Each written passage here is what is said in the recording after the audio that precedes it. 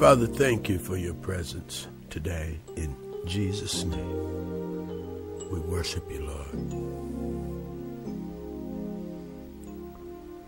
The grave fact.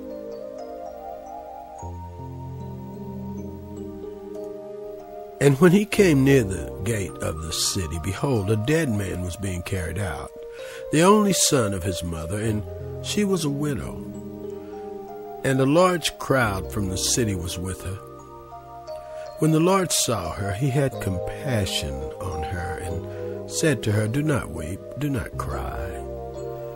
Then he came and touched the open coffin, and those who carried him stood still. And he said, "Young man, I say to you, arise, get up."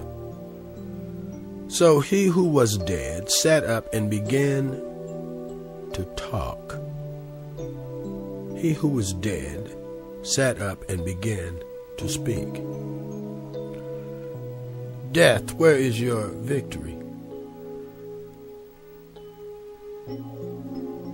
You are leaving the church building. The funeral is over. The burial is next. Ahead of you walk 6 men who carry the coffin that carries the body of your son, your only son. You are numb from the sorrow, stunned. You lost your husband, and now you've lost your son. Now you have no family. If you had any more tears, you'd weep. If you had any more faith, you'd pray. But both are in short supply, so you do neither. You just stare at the back of the wooden box. Suddenly it stops. The pallbearers have stopped. You stop. A man has stepped in front of the casket. You don't know him. You never have seen him before. He wasn't at the funeral. He's dressed in a corduroy coat and some blue jeans. You have no idea what he is doing. But before you can object, he steps up to you and says, "Don't cry. Don't weep. Don't cry," you say. "This is a funeral. My son is dead. Don't cry. Who are you to tell me to not cry?" Those are your thoughts, but they never become your words, because before you can speak, he acts. He turns back to the coffin, places his hand on it, and says in a loud voice, "Young man, I tell you, get up, arise." Now, just a minute, one of the pallbearers objects, but the sentence is interrupted by a sudden movement in the casket. The men look at one another and lower it quickly to the ground. It's a good thing they do, because as soon as it touches the sidewalk, the lid slowly opens.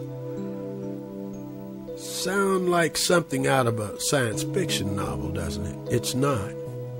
It's right out of the Gospel of Luke. He went up and touched the coffin, and the people who were carrying it stopped. Jesus said, "Young man, I tell you, get up." And the son sat up and began to talk. Luke 7:14 and 15. Be careful now. Don't read that last line too fast. Try it again slowly. The son sat up and began to talk. Incredible sentence there. Incredible sentence, don't you think? At the risk of overdoing it, let's read it one more time. This time, say each word aloud. The son sat up and began to talk. Good job. Did everyone around you look up? Can we maybe do it one more time? This time a little slower. The son sat up and began to talk. Now the question, what's odd about that verse? You got it. Dead people don't sit up. Dead people don't talk. Dead people don't leave their coffins. Unless Jesus shows up. Because when Jesus shows up, you never know what might happen, see? Jairus can tell you his daughter was already dead. The mourners were already in the house. The funeral had begun. The people thought the best Jesus could do for this person was to offer some kind of words about Jairus' girl. Jesus had some words, all right. Not about the girl, but for the girl. My child, stand up. Luke 8:54. The next thing the father knew, she was eating. Jesus was laughing, and the hired mourners were sent home early. Martha can tell you she hoped Jesus would show up to heal Lazarus. He didn't. Then she hoped he showed up to bury Lazarus. He didn't. By the time he made it to Bethany, Lazarus was 4 days buried, and Martha was wondering what kind of friend Jesus was. She hears he's at the edge of town, so she storms out to meet him. Lord, if you'd been here, she confronts, my brother would not have died. John 11:21. There is hurt in those words, hurt and disappointment. The one man who could have made a difference didn't, and Martha wants to know why. Maybe you do too. Maybe you've done what Martha did. Someone you love ventures near the edge of life, and you turn to Jesus for help. You, like Martha, turn to the only one who can pull a person from the ledge of death. You ask Jesus to give you a hand. Martha must have thought, surely he will come. Didn't he aid the paralytic? Didn't he help the leper? Didn't he give sight to the blind? And they hardly knew Jesus. Lazarus is his friend. We're like family.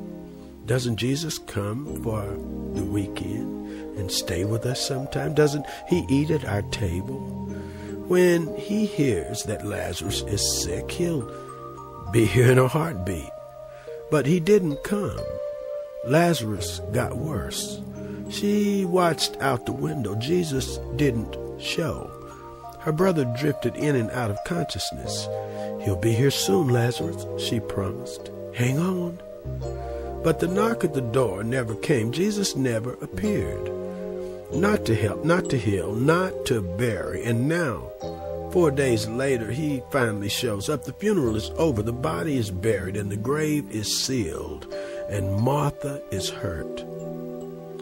Her words have been echoed in 1,000 cemeteries. If you had been here, my brother would not have died. If you were doing your part, God, my husband would have survived. If you'd done what was right, Lord, my baby would have lived. If only you'd have heard my prayer, God, my arms wouldn't be empty.